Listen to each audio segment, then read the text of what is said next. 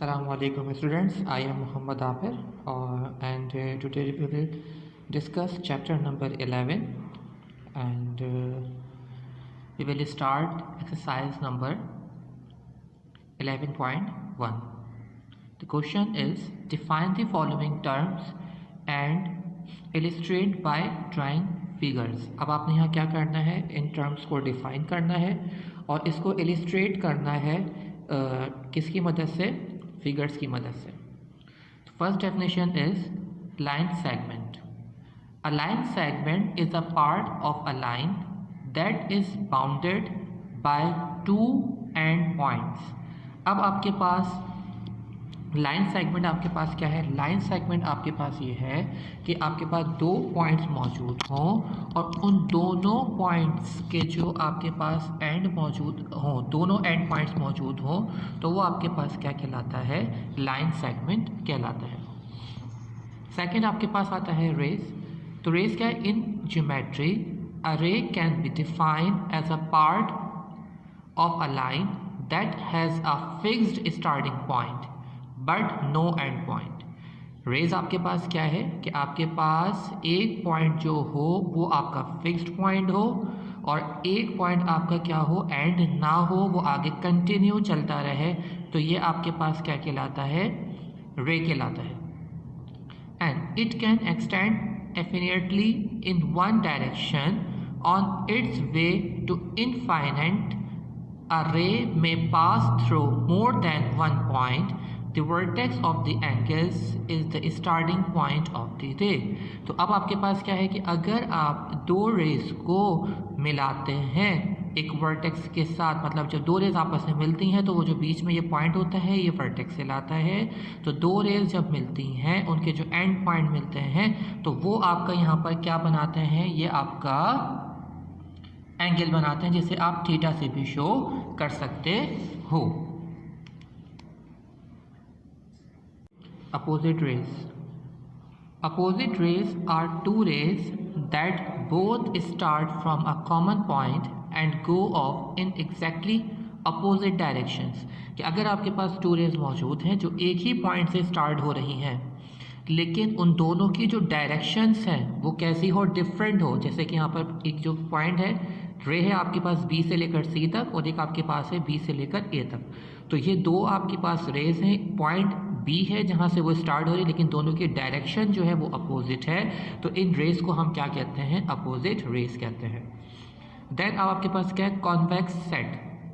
A convex set is a set of elements from a vector space such that all the point of the straight line between any two points of set also continued in the set. अब आपके पास फर्ज करें कि set मौजूद है, इसके अंदर आपके पास टू पॉइंट्स मौजूद हैं, उन दोनों पॉइंट्स को मिलाकर जो हम एक स्ट्रेट लाइन बनाते हैं जो इस सेट से बाहर नहीं निकलती, तो उसे हम क्या कहते हैं, कॉन्वेक्स सेट कहते हैं.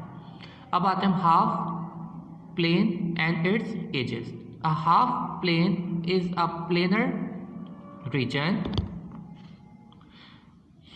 consisting of all points on one side of an infinite straight line and no point on the other side. If the points on the line are included, then it is called an half plane.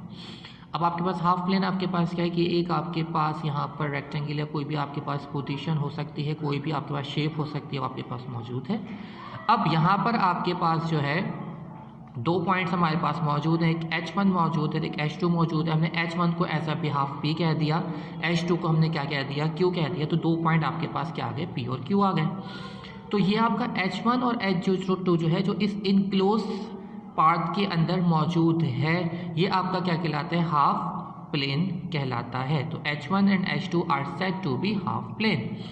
और वो जो line आपकी infinite line है, एक तो आपके पास ये finite है, ये जो पॉइंट आपके पास फाइनाइट है जो हाफ प्लेन करवाएंगे, और जो इनफाइनाइट लाइन है जिसे हमने L से डिनोट किया हुआ है, ये आपका क्या कहलाता है, edges of each half plane. मतलब हर प्लेन का, हाफ प्लेन का जो आपके पास एज होगा वो अभी आपके पास कौन सी लाइन दी हुई है, यहाँ पर L लाइन दी हुई है.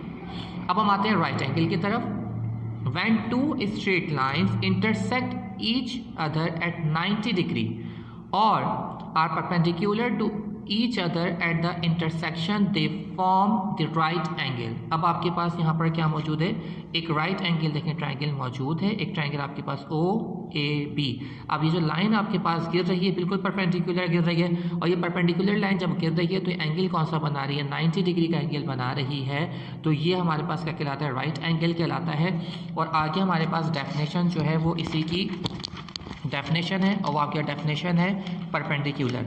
अब देखिए परपेंडिकुलर आपको पता चल गया कि अगर आपके पास कोई लाइन इस तरीके से दूसरी लाइन से मीट करे कि आपके पास जो एंगल बनाए वो एंगल आपको कौन सा बनाए, 90 डिग्री का एंगल बनाए, तो आपको क्या कहलाएगा, परपेंडिकुलर लाइन कहलाएगी। It is defined as the two lines that meet intersect each other at right angle, कि वो आपका एंगल कौन सा बनाए, 90 डिग्री का एंगल बनाए, तो उसे हम क्या कहते हैं, परपेंडिकुलर लाइंस कहते हैं।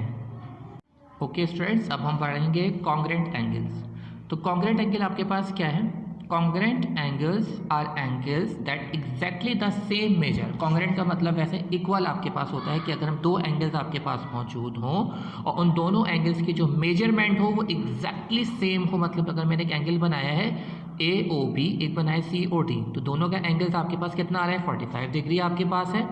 तो ये दोनों एंगल्स एक दूसरे के क्या होंगे, कॉन्ग्रेंट होंगे, मतलब इक्वल होंगे, बराबर होंगे। Adjacent angle, adjacent angles are two angles that have common vertex at a common side but don't overlap। Adjacent angles आपके पास क्या है, दो एंगल्स हैं जिसके वर्टेक्स भी सेम हो और साइड्स भी आपके पास सेम हो, लेकिन वो एक दूसरे से मीट ना करते हो। जैसे कि देखें आपके पास एक राइट एंगल ट्रायंगल था, मैंने बीच में से इसको हाफ कर दिया, दो एंगल्स बन गए। अब ये आपके पास 40 डिग्री आगे 50 डिग्री आगे, वर्टेक्स सेम है, साइड्स आपके पास सेम है, एक ही जगह पर मीट कर रहे हैं, लेकिन दोनों का जो एंगल है दो एक दूसरे के साथ ओवरलैप नहीं हो रहे, तो इसी को हम क्या कहते हैं, एडजेसेंट एंगल कहते हैं। देन अब आखिर में आपके पास जो आती है डेफिनेशन, वो आती है वर्टिकली अपोजिट एंगल्स। तो वर्टिकली अपोजिट एंगल्स आपके पास क्या है, when two angles intersect each other then the opposite angles formed due to intersection are called vertical angles और वर्टिकली अपोजिट एंगल्स। कि जब हम दो लाइंस को क्या करें, इंटरसेक्ट करते हैं एक दूसरे के साथ, तो वो क्या बनाते हैं, अपोजिट एंगल्स बनाते हैं। जब इंटरसेक्टिंग पॉइंट जहाँ मिलता है वहाँ पे क्या बनाते हैं, अपोजिट एंगल्स बनाते हैं। जैसे यहाँ पर मैंने बताया ए और ये आपके पास क्या हो गया बी। इस तरीके से ये दोनों भी जो हैं जिसके मैंने नाम दिए नहीं है, आप चाहो तो सी और डी दे सकते हो, तो ये भी आपके पास क्या कहलाएंगे, अपोजिट एंगल्स कहलाएंगे। और याद रखिएगा अपोजिट एंगल्स जो आपके पास होते हैं वो एक दूसरे के इक्वल होते हैं। जैसे कि ए इक्वल होगा किसके, बी के। ओके स्टूडेंट, अब हमारी जो डेफिनेशन है वो कंप्लीट हो गई हैं। तो अगर इन डेफिनेशंस में आपको कोई भी प्रॉब्लम हो तो हमें ज़रूर बताइएगा। ओके, अल्लाह हाफिज़।